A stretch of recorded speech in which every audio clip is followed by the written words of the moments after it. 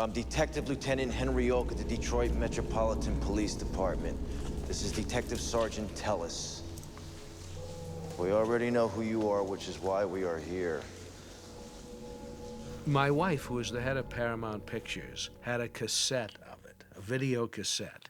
And she said, you might be interested in this because the fellow who directed this is a big fan of yours. Well, of course, that was not a turn-on for me. I've heard that before and looked at stuff and been disappointed. So I first saw this on a video cassette on not a very large television screen, and I was mesmerized. I thought it was a great, great film. So then, this is before it came out, I had a private screening of it, and it confirmed my thought when I first saw it that this is really the most honest film about police procedure I've ever seen. I actually didn't relate it to the French Connection other than I was told that Joe did. I mean, he deals a lot more and very successfully with the personal lives of these guys, which I didn't really go near. In fact, I did. In the original version of French Connection, I had 9 more scenes that was about their personal life that I cut out because I thought, you know, it was irrelevant to what I was doing then. But he managed to integrate their personal lives wonderfully, and the way that the Jason Patric character and his wife and son interact is something that I've seen over and over again in the real lives of these detectives who are away a lot, do difficult work. It screws up their brains. And what Carnahan did was just let it be played. He did not do any sort of fancy camera work to pump it up. The heart of Narc is the personal relationships. The work of the detectives in the street we've all seen before, but not as realistic as this is. But the thing that made it for me was the honesty with which their lives away from police work is portrayed. The other thing, I guess, that's similar to French Connection and what I respond to from the films that I've made is his characters are on the thin line between good and evil, and that is the truth. Every good cop has the soul of a criminal. And if he wasn't a cop, he would probably be a criminal. And that's why he's good, because he understands the nature of the criminal. This is the truth of good police work. They can think like the criminal, and that's why they're effective in dealing with them.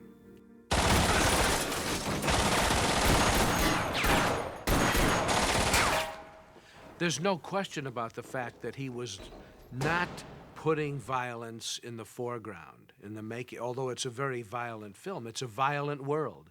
It's a world about people who risk their lives every day when they go out to work. It's something that most of us who will see this film cannot experience. You know, the fact that there's death waiting around every corner, or something worse. Here's another qualitative difference about the French Connection and Narc. In the days of the French Connection, those cops owned the streets. It was before the Miranda law. They could go out and rough up suspects, beat them up, and get away with it, not face any charges whatsoever. But the cops in Narc do not have the support of the public or the police department to do this. And so there's a different atmosphere at work when they go out and play with a suspect the way they do in this picture. I mean, the French Connection cops would win police awards for doing that. Today, if they do that, they get kicked off the force. But it is still very honest as to what occasionally happens. And it's another illustration of how difficult it is to do any kind of police work in the streets. You weren't approached or asked in any way to keep tabs on me for IA? No, I was not. Hey, don't blame me for asking. You don't do what I did and just waltz back in. What does that tell you? That tells me that this investigation is running on fucking fumes. There's no doubt that Jason Patric and Ray Liotta really prepared for this film and not only got themselves up physically, but mentally to portray these very real detectives. And Ray Liotta especially, his performance was reminiscent to me of what Orson Welles did in Touch of Evil. Very reminiscent, but very original.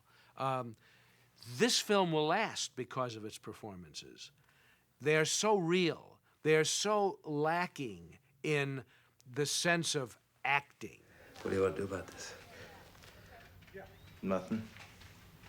Just let Art finish up. Recovery sweep through. If they find something good, if they get a stolen weapons hit, great. What we came here to do is corroborate Ruiz's story, which we obviously can't do.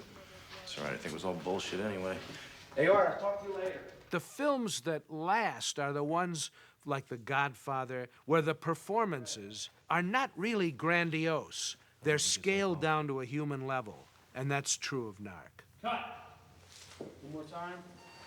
Cutting. And the budget of Narc is, well, it's like the catering budget of most films done today. You know, how much is spent on the cast and crew eating lunch or something. Now, I don't judge a film by its budget, but nevertheless, the achievement of Carnahan, to me, as a filmmaker, is magnified by how inexpensively he brought off his effects. I mean, Narc is set in Detroit. He had one day in Detroit. He had one day to make you feel like you were in Detroit. The rest of the picture is shot in Toronto, but it feels exactly like where he wants you to feel you are. And there are a lot of films shot in Toronto that attempt to look like the United States, and they just don't. But Carnahan is totally in command of the medium. Narc ends on an ambiguous note, and so, of course, does the French Connection. I mean, the guys who perpetrated the crimes were not brought to justice.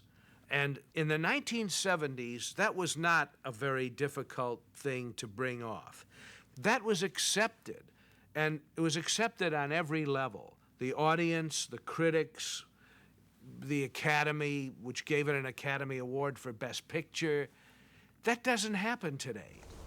Narc comes into a climate where people say there's good guys and there's bad guys, and the good guys have to win.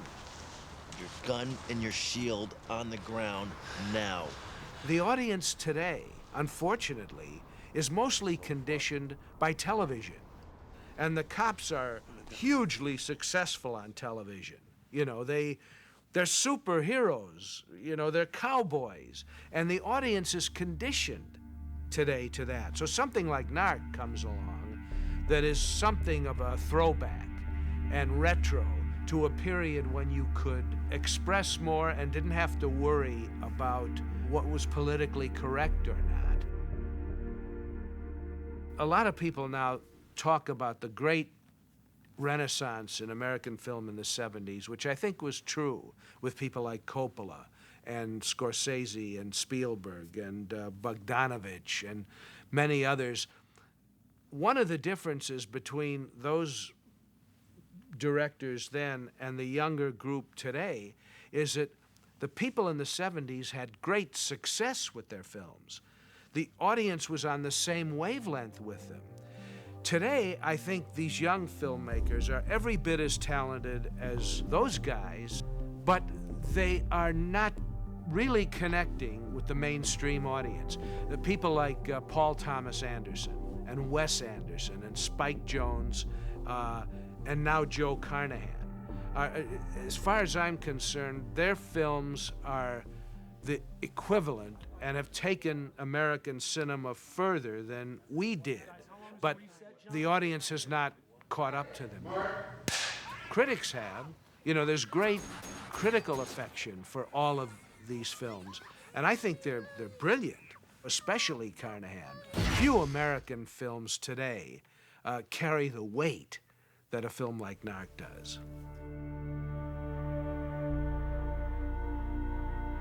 I believe this film will be around for many, many years to come and will be hailed as a masterpiece. It's a really great movie, and I appreciate it very much.